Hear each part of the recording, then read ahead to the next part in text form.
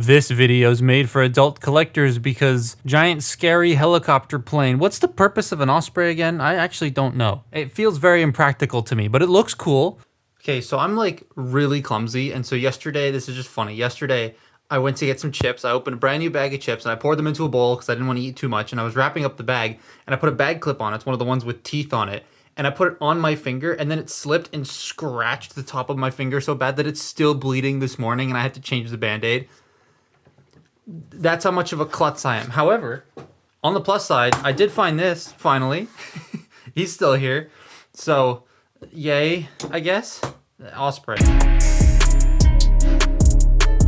I was kind of expecting this, as the title suggests, to be bigger. It's a metal cardbot and it ain't small, but I'm so used to the stuff from like the other sizes that given the price I paid for this, I would have expected it to be much larger. Either way, it's still kind of neat. Definitely my least favorite of the cardbots I've gotten though. Shadow X stood out to me because we barely ever get Osprey Transformers. We got like a Minicon, Revenge of the Fallen Springer, Incinerator, and I think that's it. I could be wrong. Apparently I am wrong. At least my throat thought so. So this was a must get for me because I think the Osprey alt mode is pretty neat, but it leaves me slightly underwhelmed. If any of the cardbots needed more articulation, it would be this one. I love this shade of purple though, with the gold and the bits of gray. The yellow propellers do stick out though. They look fine. I just wish there was more yellow on this, maybe rather than gold, even though I like the gold on this too. I love the proportions though. He looks real fit and ready to fight like anyone. Like if a video game character came out with pretty even stats, that's what this would look like. He feels nice in hand. The plastic feels better to me than like Black Hook or even Gigantrex, about on par with, why am I forgetting his name? Blast Train. And all the joint tolerances feel nice, though that's probably also due to him not having a lot of joints to begin with. Not the most posable thing in the world, and that means it really only looks good standing there. Where did that go? I've actually lost that. Where did it go? Because posing is a thing, but it's super awkward and funky. Joints that you would expect for a figure like this aren't there, and it's a bit of a bummer. Though he does come with some cool things. Of those things he comes with, you got the Osprey claws that can come off, so that solves the random yellow issue I had. But you can also fold them out and like incinerator his hands, and then he's got like fingers and stuff. That's really cool. So you get some cool spinning propeller shields and whatnot. You can also take them off and put them in his hands so you can whack people with them. But they come off because of this. This is the card, metal cardbot and all, even though the card is not actually made of metal, but you get a brick that's attached to it that can fan out to become this big ass star. And this big ass star can then plug into his arm where the propellers go, and now you have this giant ass shield. I love the gold and black paint and the clear bits around it. It is super cool. But as stated earlier, the posing isn't the greatest. So yeah, this thing can't really do much. I kind of wish it could do more, like maybe a thigh swivel or even a knee swivel would have been nice, but yeah, none of that is present on this, which is a little unfortunate. I'm gonna put the propellers back in. Now, the propellers, I think they're 5mm. I have a 5mm toy right here. They are not 5mm. Okay, they are slightly smaller than 5mm, but they do, especially this one, they move a lot, so they don't lock in. And this just comes off really easily on my copy. Specifically this one. This one's fine. Like it takes a little bit to take it out. This one, it just will slip out every once in a while. The head's on a ball joint, so you get quite a nice tilt left and right on that. A tiny bit of up and a tiny bit of down. It doesn't really move that much. You do get rotation. This panel doesn't lock in, so you can use the panel for articulation if you want. The shoulders, they're ratcheted. It's stuck. They can do a full 360, though it does catch on this bit right here. You do have out about that far, and there that goes. See, it just falls off. I do like the missiles at the front and the intakes that are gold. That's really cool. It does have a ratcheted bicep rotation and a ratcheted elbow that is 3 clicks. So you got 1, 2, 3, and that's your elbow bend, and then nothing at the wrist. However, you can fold these forward if you want to give him claws like Incinerator, but also they fold so they can be like articulated fingers if you want to do that. So that's neat. There is no waist joint. It doesn't do any rotation. You do have an ab crunch due to transformation, which is nice, but yeah, there is no waist joint. This is like soft ratcheted though for that. The hips, whoa, they're loud. They can go forward that far.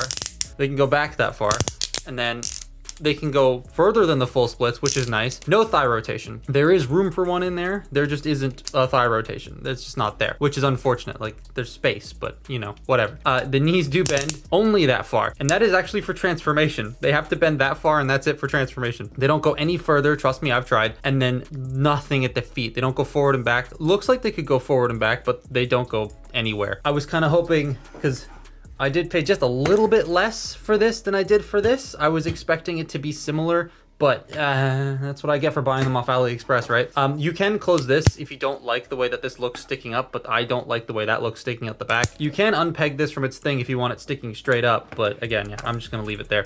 It's all right. It reminds me a lot of posing around one of these, right? I was trying to look for my Energon Ironhide because that felt like a much better comparison, but I can't find it. I don't know where it is, but I have this. It reminds me a lot of trying to pose an old Unicron Trilogy toy pre-Cybertron. So yeah, as robots go, I like the look and the feel, but not so much the play factor. It's kind of all right in that regard. The transformation is fine and all. There's one thing that's a tad strange in the torso, but like I have no problems with it. So that transformation is very, very like Energon, I'd say, is the best thing I could compare it to. Everything's rattling on the desk. It's the best thing I could compare it to as an Energon toy. So to start with, the head goes in, and then we're going to take the torso. This is the only part I don't like, is these weird little like black bits here and here on the side of the hips. So there are these little, let's see if I can fold them up so you can see them better. There are these little bits right here that are on hinges, and I don't know what purpose they serve other than to just sort of fill this out a little bit, but they tend to, if you're not doing this right, like if you have them folded up, they get in the way quite a bit. You have to make sure they are folded down and the legs are at this A stance. Then you can get this past these things. That took me a while to figure out. Then you fold them flat. Then you fold the cockpit flat. Make sure the head's down.